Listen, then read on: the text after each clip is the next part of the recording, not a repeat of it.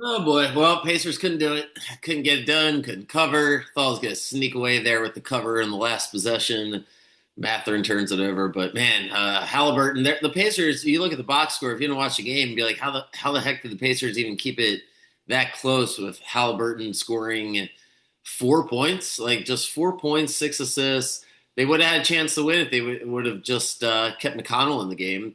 He's the reason that they got the spark plug back at the end of the third, towards the beginning of the fourth. 95-93 with, I think, like 8.5 minutes left. And the Pacers were right there. And then they just kept turning the ball over down the stretch, turn the ball over, turn the ball over. Halliburton, I don't know if he's hurt, but just nothing, absolutely nothing out of him the entire game. Dort makes big shot after big shot. But yeah, Jalen Williams took a whole nother level up. And that's what the playoffs do for you, especially the finals. He was amazing. He was great down the stretch in game four. He was amazing last night. Really just put the game away. And the Pacers didn't have an answer for him. Shea was his normal great self. Aaron Wiggins, apparently, I don't know exactly why he can't play more minutes on the road, but at home, he's lights out.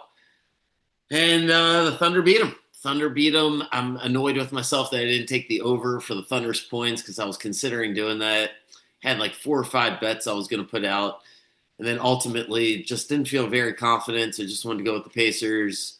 And the Pacers played like a Pacers game, down 14 at halftime. And there you go. Like eventually they're going to make a run. They always make a run. And this time the run got them all the way down to two. And they were about to get the ball. And if I remember correctly, Thunder get an offensive rebound. And then Jalen Williams hits a three, a turnover. They're up seven. And just like that, the Pacers weren't able to get closer. And yeah, Halliburton just had nothing, nothing. The offensive rebounding for the Thunder was big, but it really came down to Halliburton not being able to do much at all. And the Pacers still were right there. And I guess, you got to put him back in to close out the game. He's been so good in the fourth quarter. I don't blame Carlisle for doing it, but I think the Pacers would have had a better chance if they just would have kept McConnell in there throughout the fourth quarter. So it is what it is. As far as Game 6 is concerned, yeah, I'd like to think the Pacers are going to win the game. I don't think the Thunder are going to blow them out. The Pacers just a hard team to do that to. See what the spread is. Probably about 6.5. I'll think about it here over the next day, but I have a feeling Pacers are going to win that game. They'll go 7 games. That'll be my gut feeling.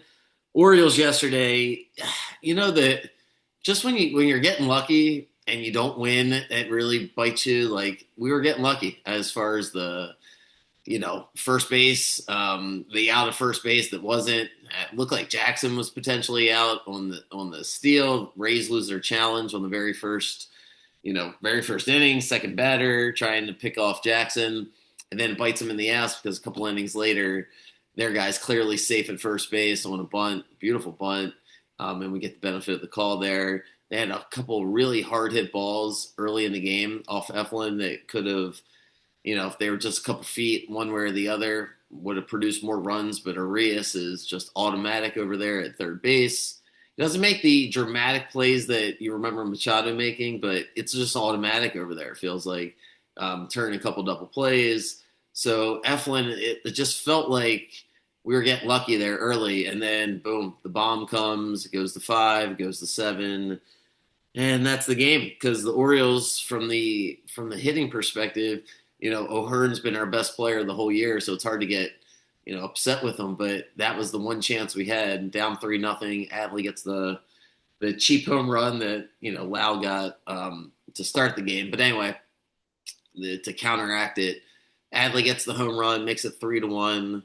Gunnar rips one, just rips one right up the middle, and then Westberg looked like he drew a walk on the 3-1 pitch. I think Ump missed the call. Battles the 3-2.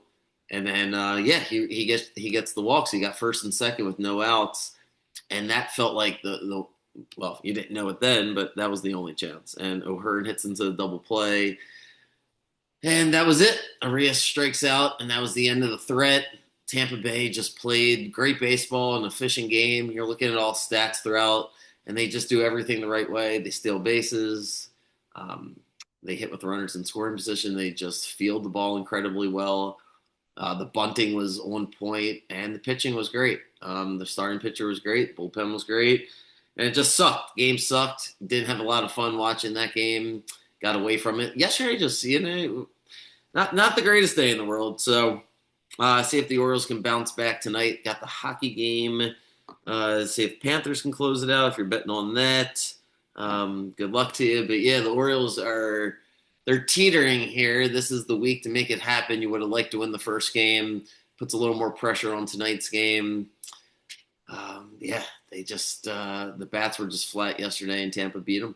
Not too much else to you can break down each at bat if you want or each pitch, but the bottom line was Tampa's just better across the board at everything, and it just sucked to watch. Eflin just didn't have it. He ate some innings, so that was nice. And we'll see what happens tonight. Good luck. I'm gonna do a pod on Thursday, and yeah, got one more week before I'm moving, so I'm excited about that. Gonna do some baseball content here once we get closer to the All Star break, and then moving into football. So have a good day. Enjoy your day. Hopefully, Orioles get back on track, and see you guys in a couple days.